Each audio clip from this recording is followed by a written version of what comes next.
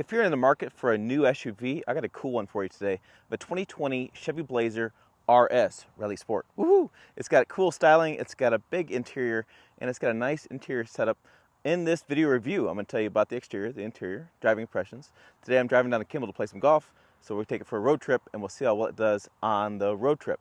Hey, if it's your first time to the channel, welcome. This is Tim, Pickup Truck Plus SUV Talk. On this channel, you find truck and SUV news, reviews, and interesting stuff I do in flat Nebraska. Yeah, so cool stuff. Just hit subscribe, stick around. Let's go ahead and get all the information in this video right now.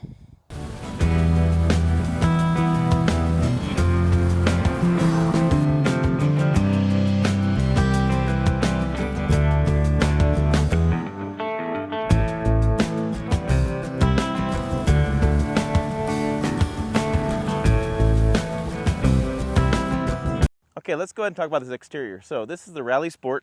As you can see, the black trim accents along the fascia and along the side.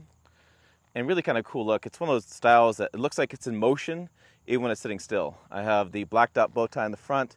And this has got kind of that trail boss look where that front fascia just kind of falls off with all the blacks. And then I have the LED lights and I have the fog lamps as well. I can talk this morning, and the LED turn signals up there too. So we come around the side, you can see how this nice red color kind of goes into black. We have the Blazer lettering there, which is really a cool look. And I have some really big wheels here. Let's take a look at what these are. These are Cross Contact LX Sports Continental 21-inch wheels, 265/45 R21s. Those are some big wheels on there. And it's all blacked out, which is nice too. So it's got the same blacked out look as it goes. I do have the turn signal up here as well, lighted. And kind of a nice conclusion to the rear of the vehicle, and then it spikes up a little bit. Kind of a nice look there. I really like that kind of fisheye kind of design looking there. Come around the back side. Again, we have the black. It's kind of a bumpers over here. This is black coloring. It's body color. It's kind of like a body color match a little bit, but it's not dull. It's a shiny black. And we have the Blazer all-wheel drive. RS kind of stands out. Then we have the black bow tie back there as well. So nice look. Shark fin on the back. We do have some roof rails. And then we open up this back. Open sesame. Oh, I have my golf bag in here. Imagine that. All right, so golf bag you can see fits right across. And then this is interesting. You can press and then turn, and you can move it up and down. So this you can use it as a separator. So if you have groceries or you have something going on, move that down and put stuff on the other side of that as well. Back here, we do have latch here that drops the seats. I want to drop this one actually.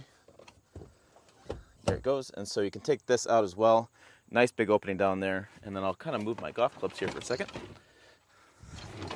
And we have storage right there. So you can see, put a cup. I put a gallon of milk in there. Well, it doesn't quite fit a gallon of milk. A carton of milk it fits in there. And we come up here and we can see the real spare tire.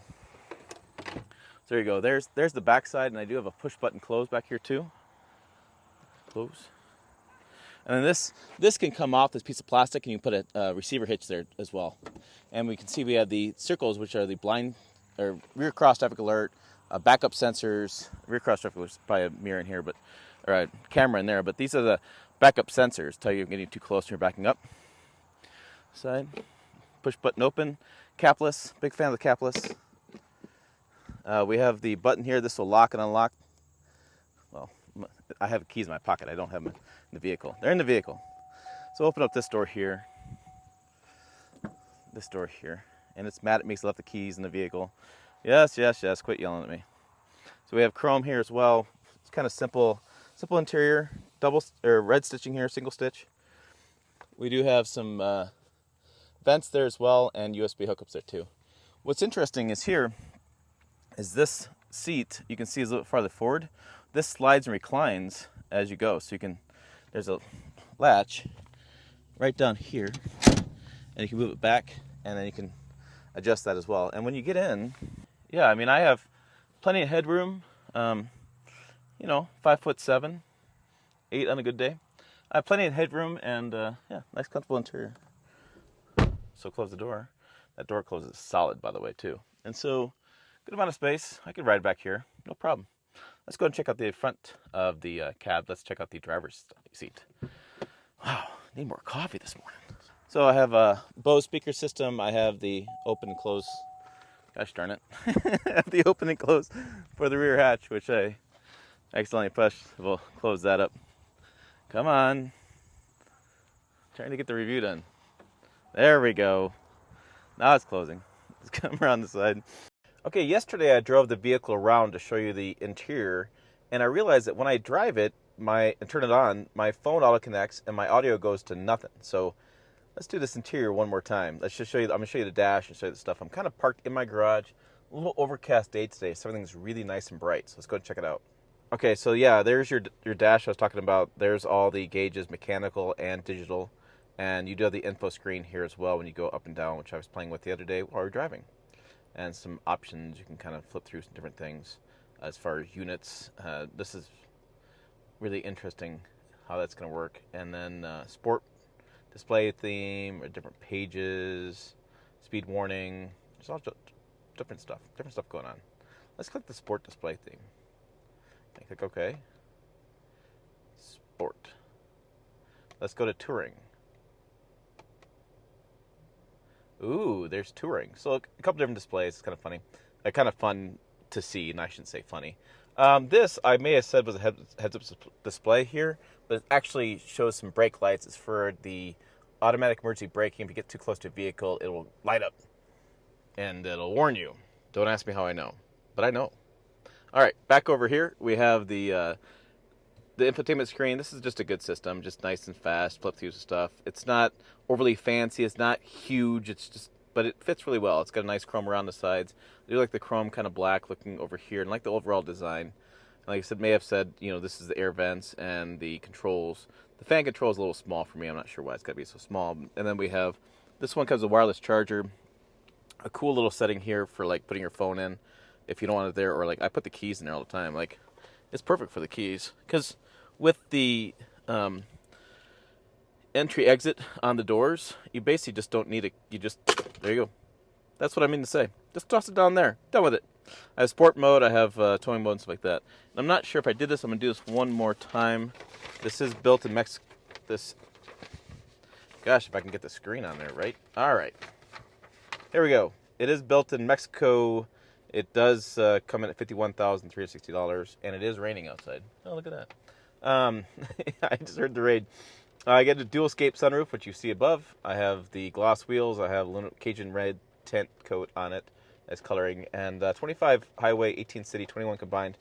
My neighbor's got one. He's gotten up to 27 on the mile per gallon. Let's go check out the info, and let's check out the, yeah, so 21.5 is what I did yesterday, and then I don't want to go like this.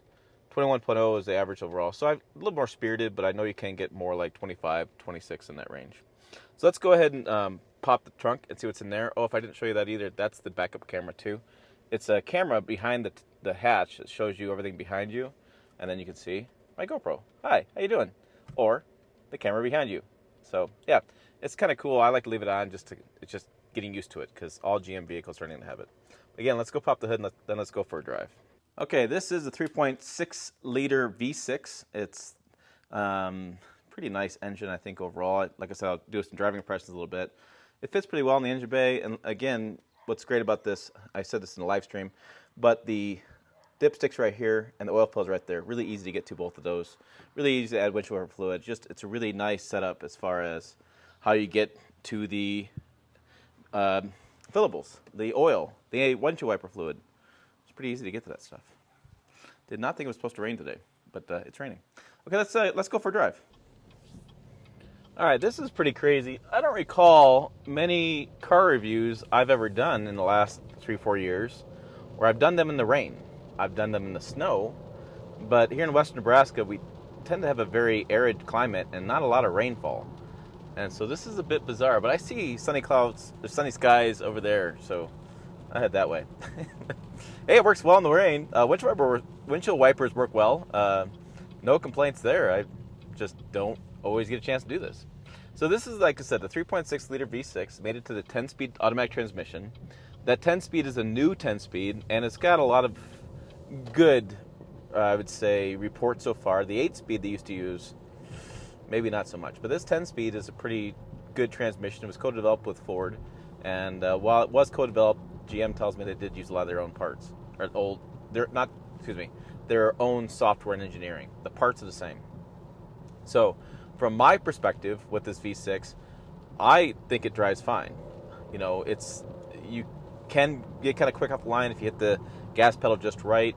It doesn't have the same kind of feel like a turbo would, let's say like the Ford Edge. With a turbocharged engine, you probably get a little bit faster off the line, but this is a pretty smooth powertrain. Never felt like I was hunting for gears yesterday. We drove, like I said, down to Kimball, which is about 45 minutes away, over the pass, and so didn't really hunt for gears, didn't really have any issues there at all. A good, smooth powertrain. I used adaptive cruise control on the way down, lane keep assist, which was perfect because I did a few of these things, and lane keep assist brought me back into the lane, so that was really good. I tend to have a bad habit doing that. But I did find that the cruising speed was a pretty low, like 1,500 to 2,000 RPMs at like 75, 80 miles an hour, and so no issues there at all as far as power. Again, plenty of passing power too. Shifts down just right to get around vehicles. I will say that if you haven't driven a new SUV in a long time, that you'll be really impressed with how this drives, impressed with how smooth it is, and impressed with how it handles the suspension, handles the bumps. If you've driven newer SUVs, I think you'll find this to be right about par. I don't think it's exceptional in how it handles the bumps. I don't think it's exceptional in how the suspension is. I think it's probably pretty average. That's to say that it's still, $50,000 SUV. It's not a luxury SUV, right? So it's not going to drive like Mercedes-Benz or a Lexus or something in that, or like I should say Cadillac, since it's a GM product. It won't drive as smooth as like the Cadillac XT6, which I did a review on, which you'll find above. So it doesn't have that same kind of feel to it, but still it's fine. I don't have any concerns there because I know what I'm buying. I know what I'm driving.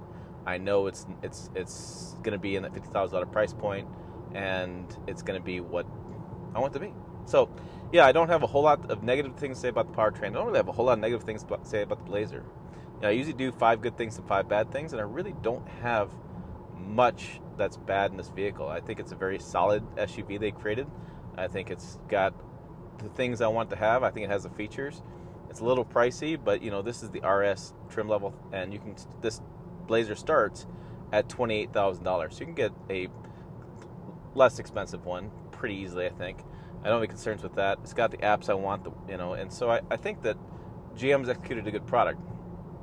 Now, there's naysayers out there that it's made in Mexico, which is a concern. It would have been nice to build in the United States, and it's not the old Blazer of old. Well, I've driven the old Blazer of old. I think there's some nostalgia in play about how good that Blazer was, because I don't know, it was good, but it wasn't like, oh my gosh, good, right? So I think there's some back and forth there. I think this generation will find this Blazer is going to suit their needs just fine. And I think they'll have a vehicle that looks pretty sharp. That's the biggest thing I've gotten all week long, is people have stopped by the house and have said, this is a really sharp looking SUV. So they really like the styling of this. I know there's a few people that don't, but I got to tell you, the majority of comments I've gotten is people like this styling. They like this color. They don't care about the Blazer name being redone, and they want to buy this vehicle. That's what I keep getting from people. If you look at the numbers, they sold 19,000 Blazers last quarter. That beats the Colorado. So, I mean, they're selling a lot of these vehicles. And I say Colorado is because that's to me, running a truck channel, that's a pretty good comparison. So this vehicle is selling, and people are buying it. It's this size configuration, and you're going to see more competition in the marketplace. For example, a new Toyota Venza just came back, and that's the same idea as this, where it's a large 2-row SUV. And I think you're going to find more and more competition in this space, because this is where the consumer is heading. If I can get 26, 27 miles per gallon before I'm driving on the highway in this, and I can carry my family, and I don't have to bend down to get in a sedan, win, win, win. That's what I'm saying. So, hey, make sure you check out the other video over here. It's a good time. Website down below for more information on trucks and SUVs. As always, thanks for watching. I'll see you down the road.